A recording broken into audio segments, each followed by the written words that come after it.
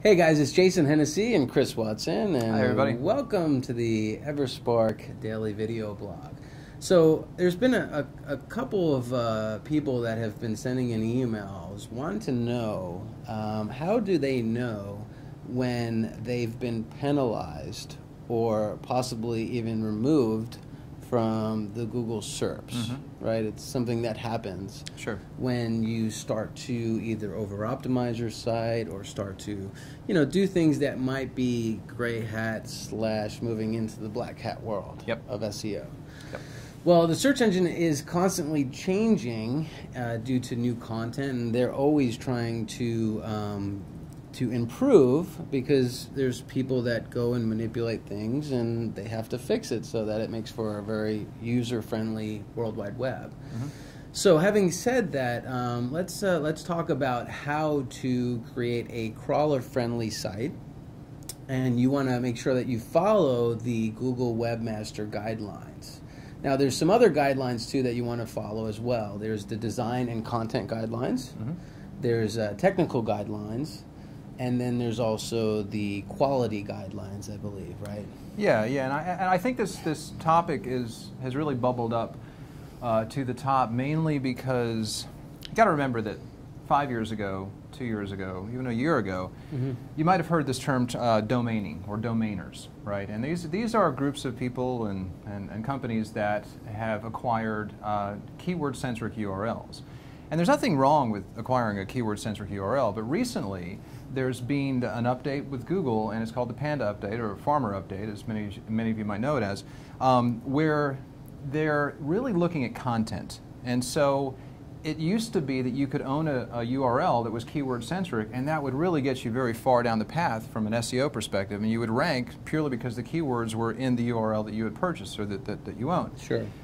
So along comes the Panda update, and if content now is more important, then that would be considered as somewhat of a shallow site, right? Sure. So a lot of people have been contacting us wondering whether or not they've been penalized, and they've been framing it in different ways, like I own this URL that has got a keyword in it, and I used to be #1 for 100 keywords, and now I'm on page 3.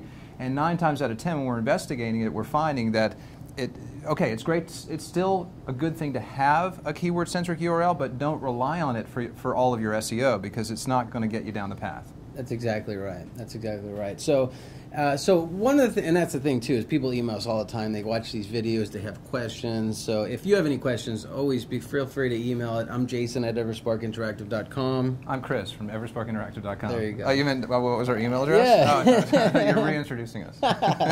He does that. So if you are following the guidelines perfectly and you still don't show up in the Google SERPs, well then there's 4 things that you can do. So let me talk about that for just a little bit. So the first thing that you want to do is you want to check to make sure that you are even indexed within Google. And how you do that is you do a site : and then you put your web address there.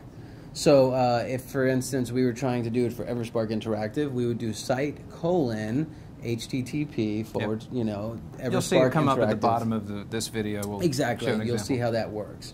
So once you do that, that will bring up your site, and if it doesn't, then there is possibly a problem. Yes. Right? That's right. So now it is not the, if it's not the index, then the site may be in violation of one of the Webmaster guidelines. That's right. So once you've reviewed and fixed the problem, then what you can do is you can file what is called a Reconsideration Request, and you do that in Webmaster Tools. That's right. So that's right. Other things that you want to do is you want to make sure that Google can even find and crawl your site. Yep. That's extremely important. Crawling is the process if Google is searching new and updated pages that it can be added to the Google index. Right? What other things can you do? A lot of people don't know this little really basic thing, but you gotta make sure you clear your cache. There you go. And you're logged out of your Gmail account.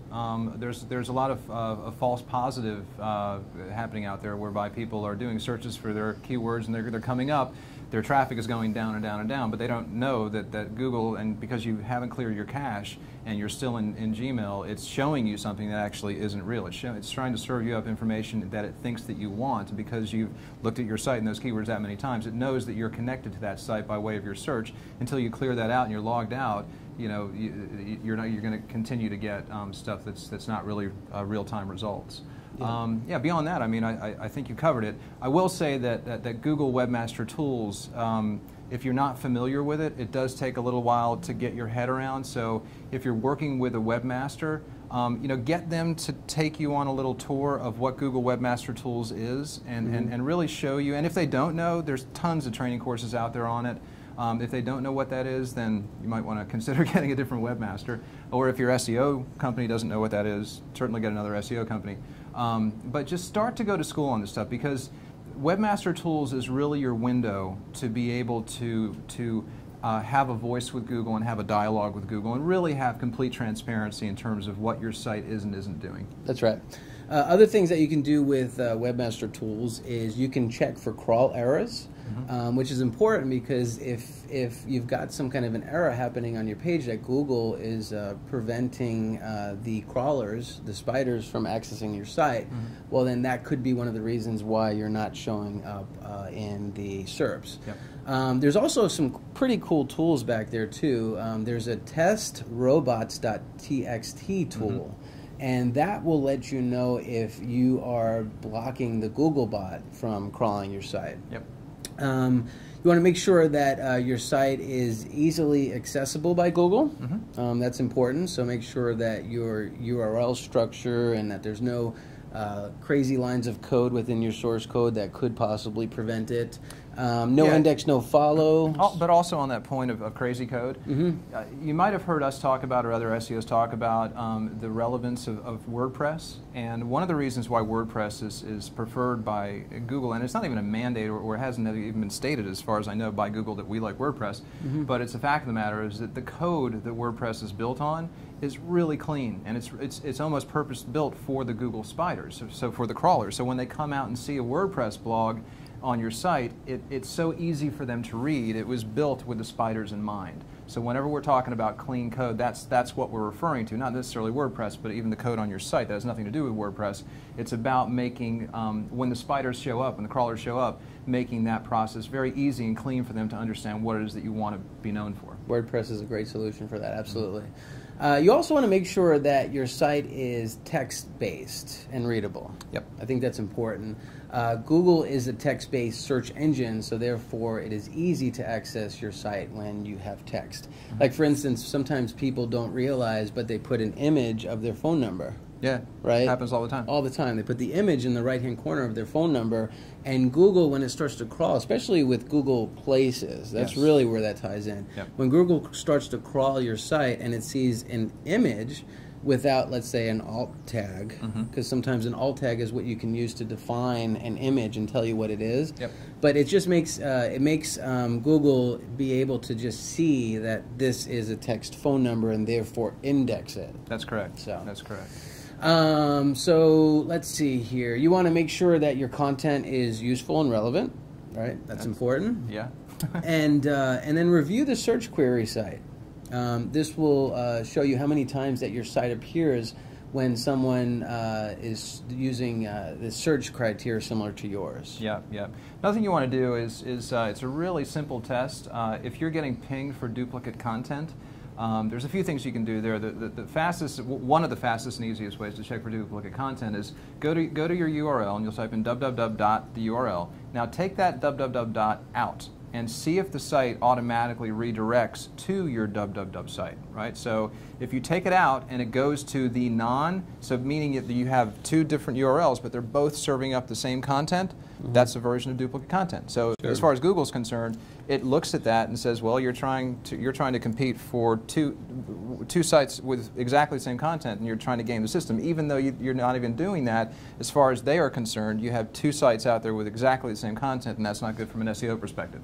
And the SEO vernacular for that would be called a canonicalization problem that you might be having. Really hard to spell. A lot of people don't realize, but that is that's important. We can probably do a whole Yeah, a whole series video on about cannibalization. that. Big sites that very large, multi-billion-dollar brands don't even have that fixed. We're doing a piece now on a very big brand who's getting that and so many other things completely wrong. Keep an eye out for that. Yep.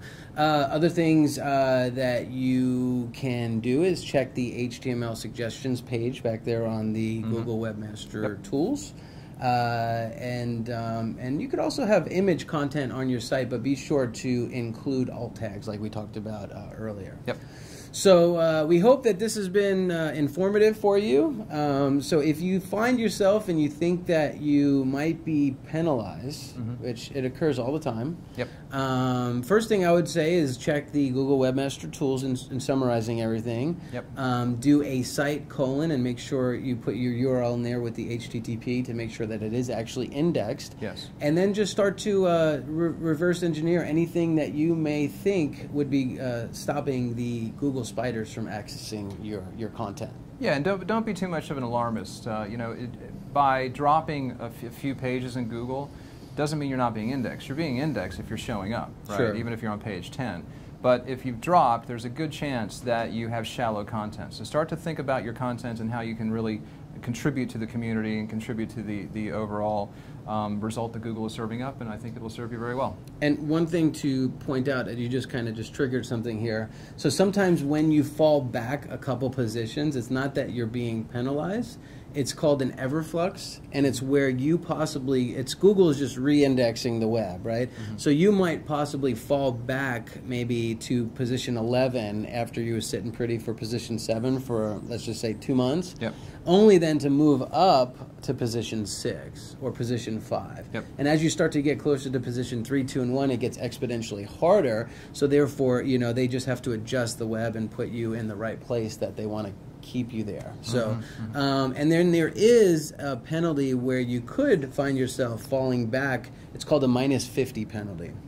And we should do a whole blog post on that. But a -50 penalty is where you start to over-optimize. So if you're doing link building and you get very aggressive on one particular keyword and you don't have all of those trustworthy links as the solid foundation, so if it's a new site and all of a sudden I want to rank #1 for XYZ keyword, and you start building all these links for XYZ keyword, and you slowly get to the top, and all of a sudden you're #3, and then all of a sudden you end up on page 5. That's called a -50 penalty, so beware of that. That's it. Yep. With that being said, again, thank you very much for tuning in to today's daily video blog. I'm Jason Hennessy. And I'm Chris Watson. Have a great day. Thank you.